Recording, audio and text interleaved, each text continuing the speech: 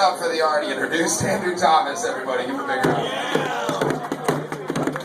Yes, I am the real Andrew Thomas. And yes, I did get lost in Cedar Rapids last Wednesday, even though I'm a cab driver. My favorite part of that story, though, that I made James not tell, was that when we stopped for directions, it was at a gas station, and one of the gas station clerks said to the other, like, "Hey guys, this guy wants to get out of this shithole. Can you help him?"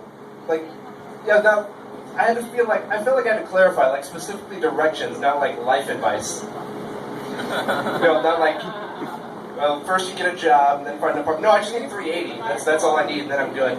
And what's even worse than that, though, is I was afraid I was going to be late to work the next day, which is almost the worst excuse you can have if you're a cab driver. Like, sorry, man, I got lost. Well, you're fired then.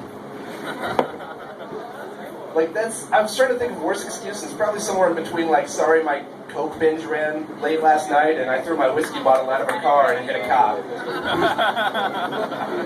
So I'm a cab driver. I got to give a ride to Des Moines, Iowa today. That was pretty fun. I found something new to hate on the way, which is always good. You always need more stuff to hate. I hate road signs that give me orders. You know what I'm talking about? Like, you get halfway to Des Moines and there's that big sign that says, "Camp here." No, fuck you, sign. It's noon, I'm only halfway done with my shift, and I don't even have a fucking tent. And then you get to Newton, Iowa, and I pass the Newton exit deliberately, and then there's that sign like, "You missed Newton, turn back." Oh, I thought I was going to Des Moines. It turns out I was actually on a run for blue cheese and methamphetamines. So I get to Des Moines, I drop the guy off, and then I fucking need coffee. So I Google Maps coffee, which is a verb now, by the way, Google Maps. And after saying ew to Starbucks, Caribou, Brugger's, and what the fuck to something salvage, I found this really nice indie-looking place, which is kind of nice because I'm kind of a hipster. I'll admit it. It's Iowa City, I'm not even ashamed of it. I'm a hipster. But I found this place that looked nice and indie, and it did not disappoint. I got in there, and there was a white girl behind the counter with dreadlocks. They were playing the Black Keys just a bit too loud, and the walls were covered with pictures of people I have no idea who they were. I felt quite at home. And so I ordered my fucking ritual mocha, or whatever the hell they called it.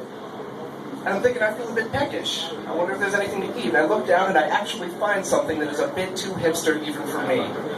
I mean, I listen almost exclusively to indie rap, indie rock. I rock a fedora. I rock a bow tie. And I think that makes me better than you. But I looked down and I saw a Cokie, and the first two words in the description were vegan and hemp. Ew! And that is just too much for me. That's crossing the line. I couldn't do it. Good coffee, though. So I'm driving back from Des Moines. I have like a 2-hour cab drive alone. And so I turn on Netflix, because I am recklessly irresponsible with my own well-being.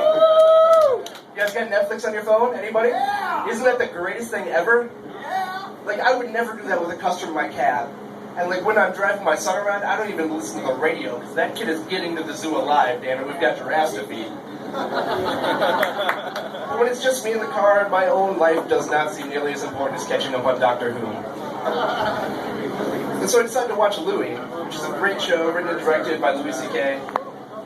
And I found this reoccurring theme in the episodes I've been watching recently, where he makes this huge bold move on a girl and just gets embarrassingly shut down. And I'm thinking he's like writing that for people like me. Not like me specifically. I'm not some fucking narcissistic Charles Manson sociopath who thinks that people are actually writing material just for me. Or just people like me who have trouble hitting on girls. And it's like,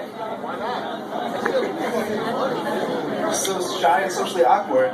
But it's like, hey, just go for it. What's the worst that can happen? You just have to live with that shame for the rest of your life. But it makes me feel better living with that limey fuck who went out before me, James Hartley Prime. It's my roommate. Because I'm better with women, but he's better with women, and he has an accent. He's cheating and losing. That's like hacking a video game so that your character's a fucking demigod. And you're like, alright, I'm gonna just beat the shit out of all those 13-year-old Koreans who are always mocking me. And then you log onto the game, and then go home and cry alone. That's all the time I got for you tonight.